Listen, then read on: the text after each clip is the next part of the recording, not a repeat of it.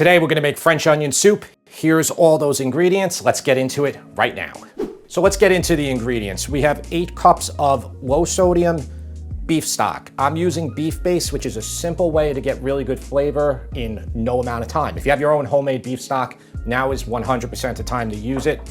This baguette is for the end when we're gonna put the bread on top of it. So you can just keep this off to the side. Let's talk about the onions quickly.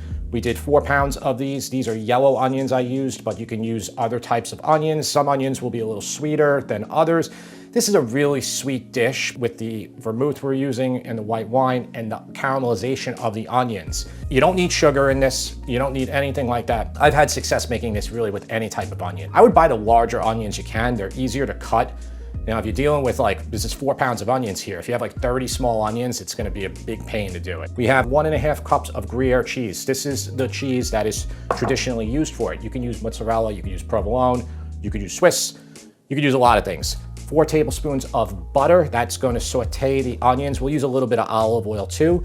I have a mix right here of vermouth and dry white wine. The only reason why it's a mix and it's a cup there is because I just ran out of vermouth. If you're going to use vermouth, which is a fortified wine and is stronger than typically dry white wines, I would go with 3/4 cup. If you're gonna just use dry white wine, then I would use 1 cup. We got garlic that's gonna go in after we do our onions, and the onions are gonna take a while. We have 1 tablespoon of flour that's gonna thicken up our soup a little bit. And then we're gonna put about 1 or 2 tablespoons of this tomato paste that's gonna increase the body. We're gonna put salt, pepper, thyme, lots of thyme in it. And then this one is maybe a little special. We're gonna put 1 tablespoon of brandy. That's gonna give it that nice finish, that flavor. You know, brandy and vermouth are similar. Maybe that's a little redundant there, but definitely if you were just using dry white wine, I would definitely include that tablespoon of brandy at the end. Can you make this without alcohol? You can. It's just not really a dish that is made without alcohol. If you do want to do it though, just follow the recipe completely and just omit the alcohol. Jim, for our vegetarian viewers, what would you use in place of the beef stock? I would go with vegetable stock. I think a mushroom stock maybe, something that just has a lot of body in it. What makes this so potent, this soup, is the combination of the really good beef stock, the wine, and the onions. If you're going to not have the beef or the chicken stock, you're at a disadvantage. So I would get the most flavorful vegetable stock possible. Onion time. I have an 8-quart Dutch oven here. You probably could get by with a 6-quart. Even better, use like that 14-inch pan that I use in all my videos. You'll be able to caramelize them quicker. I'm gonna heat this pot up to medium heat. It's getting hot. Let's put in our onions. Put in a couple tablespoons of olive oil down there. You might be thinking, Jim, I saw somebody do onions in the oven, or I saw him do it in the Instapot or the slow cooker. There's other ways to do this. I'm showing you kind of the traditional way and kind of the foolproof way that you can't really screw up. I'm gonna put in about 1 teaspoon, maybe a touch more of salt. Put in a little bit more olive oil. Take a couple ounces of water, just put that in there too.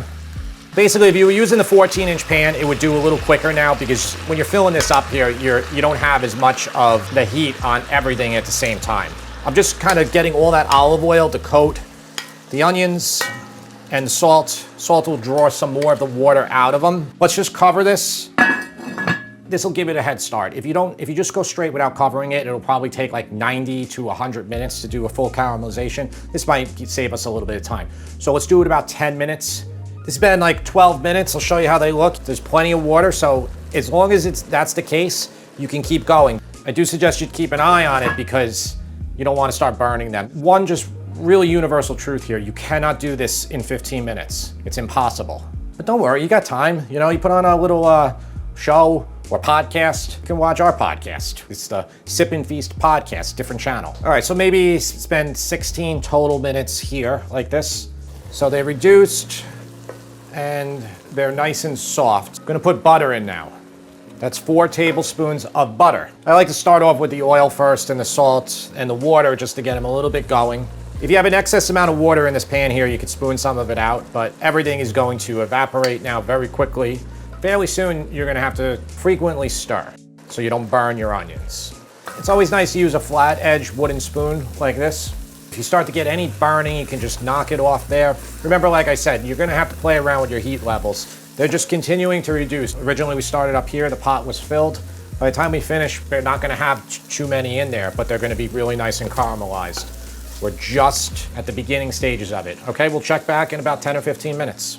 You might think, oh, if I just crank up the heat more, I can do this quicker. It doesn't work that way. If you start burning a lot on the bottom and you start getting a lot of black chunks in here, and it's going to ruin your flavor. You're looking for the sweetness, the really ultra sweetness to come out of these onions. I find that these things are more than sweet enough if you do it properly. They're too sweet if you add sugar. So you can see the color now looks a lot more. You know, a lot of people would stop right here. I don't want to. I want to get them more caramelized. You know, compared to what we started with, we have barely anything in the pan now. Feel like you're burning it all, you just put a touch of water in here, okay? Just like that. And then you can just remove any of the brown bits at the bottom of your pot. The water will evaporate in seconds, but what it'll do is it'll just lower the temperature of the pot just a little bit, that you can keep going without ruining anything. You know, if it's really burning quickly, just grab the pot, remove it, put it on a hot plate, whatever, get it off. As I go, I just continue to go like this. See how everything is clean on the bottom of my pot? Because I've been doing this the whole entire time. This is what they look like. So after 45 minutes, this is perfect right here like this. You can go probably another 5-10 minutes to get them even deeper if you want. I only went another 2 minutes. I am really happy with the color of that. I'm putting all the garlic in right now. And we're gonna stir this in here, let it cook until it gets nice and fragrant. It's only gonna take a couple minutes. I'm gonna put in 2 tablespoons of tomato paste. So 1, 2. Mix this paste in here. This is gonna really boost the flavor of our French onion soup. Let's let this cook 4 more minutes. If you start to burn it all, tiny bit more water. That's all you gotta do. So here's 1 tablespoon of flour. This is just regular all-purpose flour. Put it in here and just mix it around, maybe 2 minutes. We're just gonna take all the white color out of it. And this flour is gonna help thicken our soup just a bit.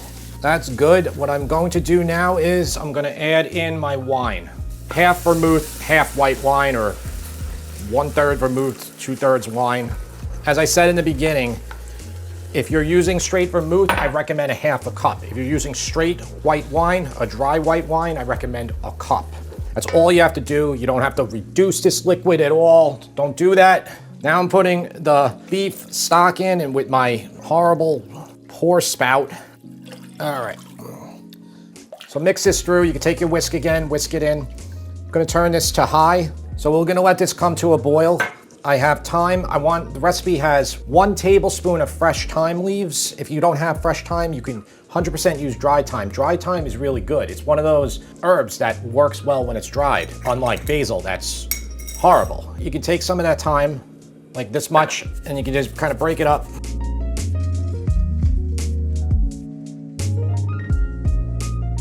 I'm gonna put a bunch of my thyme in here, the fresh ones too, but I'm gonna save some of it for my garnish at the end. Let's bring this up to a simmer. And as it's starting to come up to a boil slowly, because there's a lot in there, I'm just gonna take that flat edge of the spoon, just try to feel around if there's any bits stuck to the bottom, just dislodge them with your spoon. Those are your flavored bits, but everything is good. We were keeping our bottom of our pot very smooth the whole time. Okay, and once it comes up to a simmer, just back off your heat to about maybe a 4 out of 10, maybe a 3. Just a very low simmer now. So now it's delicious. What I can do right away is I can put some pepper in here. French onion soup always needs a lot of black pepper. We don't want to do anything with the salt. We can taste a little bit and then adjust. So that's why we didn't add anything until we give it a taste now. Tara's criticism always is that most French onion soup you get is always super salty, and I agree with that. I hate to disappoint her, but I am gonna add a little bit more salt. You can let this simmer for about 10 minutes, 15 minutes. Ideally, if you have the time, turn it off, let it cool, put it in the fridge overnight. It will be a million times better the next day, like all soups and stews. Let it simmer, we'll cut our bread up and get our cheese ready and our broiler on. Set your broiler where it can accommodate baking tray and your crocks, whatever size crock you're gonna use. You know, I have all different types here that are different thicknesses. Like this one's a big one, it's like a 20-ounce one, and these are a lot smaller. So again, if you want, you can use the brandy here. I just tasted it. It tastes pretty strong with that vermouth, so I'm just gonna omit it. If you were using dry white wine, you probably would wanna put that 1 tablespoon of brandy. You can taste it. If you think you need 1.5 tablespoons, do it. You got a couple choices here. You can toast your bread up on like a baking sheet with the cheese, and then you can just top it on right at the end, which is a really simple way to do it. Or you could do it the more traditional way, which would be you put the bread here, cheese, broiler. You could even do a very non-traditional way would be to cut up little cubes or croutons, just put a few. Some people don't like so much bread in it. This is a baguette, so very, very small pieces. I think you could definitely get away with 2 pieces in each of these. Amount of cheese you put here, I have 1.5 cups for this recipe. So what we made here is gonna make like 4 big bowls. But if you're doing small ones like this, you'll get like 8, okay? It's nice to put cheese on one side, leave the other part of the bread exposed so you get like a little contrast there. All you have to do here is put these in for about 2 to 4 minutes. Just keep an eye on it the whole time. It can start burning very quickly, though you do want to get some color on top of the bread. All right, we'll be back in a few minutes. We let this cool down long enough. It would be hard for it to come out. You know, like when they give it to you in a restaurant and you just can't. Yeah, it's too hot. So it's probably still hot. Yeah. It's been like 15 minutes. Okay. Go ahead, enjoy. I know you tweaked it a little bit. Yep, I tweaked it. This is better than it was last week, and last week was really good. It was too strong last week, right? It had a strong brandy flavor. This is I didn't brandy even put brandy in it. Okay. This is half vermouth, half white wine. The flavor of I guess it's the vermouth that I'm tasting, is subtle, but it's not overpowering. Yeah. This is perfect. Thank you. This is so good. Yeah, if you have homemade beef stock and you use it here, that's the time to use your beef stock for something like this. Or chicken stock. If you want something a little lighter, the beef and the onions, everything can tend to overwhelm. So chicken stock, a good chicken stock wouldn't be a bad idea. Yeah. And maybe even like you were saying in the beginning, a vegetable stock. Yeah, like a mushroom. Yeah. I said earlier, my biggest issue with French onion soup when you get it in a restaurant is that it usually has way too much salt. I don't like a lot of salt in my food. I like just kind of enough to flavor it. So this is perfect for me. It actually reminds me of, it was probably the first time I ever had French onion soup when I was a little girl. Every time I have French onion soup, it takes me back to that time. But yeah, I mean, like this is something like you'd get at diner or Houlihan, whatever. But this is way better because it's homemade and it's not over salted. And I don't know, are those places that like those chain restaurants? They're probably not even. No, they don't. No, they don't make any. They don't make anything. Yeah, I mean it's probably from a box. No. So this is outstanding. I would love some chicken thighs. Yeah, with the French onion. Like with the flavors of the French onion, like with the caramelized onion, and then maybe the melted Gruyere cheese would be a really good dish too. Well, maybe we'll address that at some point, but for now, just regular old boring French onion soup. What would you give it? It's hard because I can't think of what else I would do to adjust it. So that's usually how I get it. Measure. All right, fine, give it a 10. You know what? I'll take a 10. Honestly, maybe a little more fresh thyme because I love the flavor of thyme so much. So maybe that. So I'm going to give you a 9. Okay. Well, thank you. All right. We will see you next time.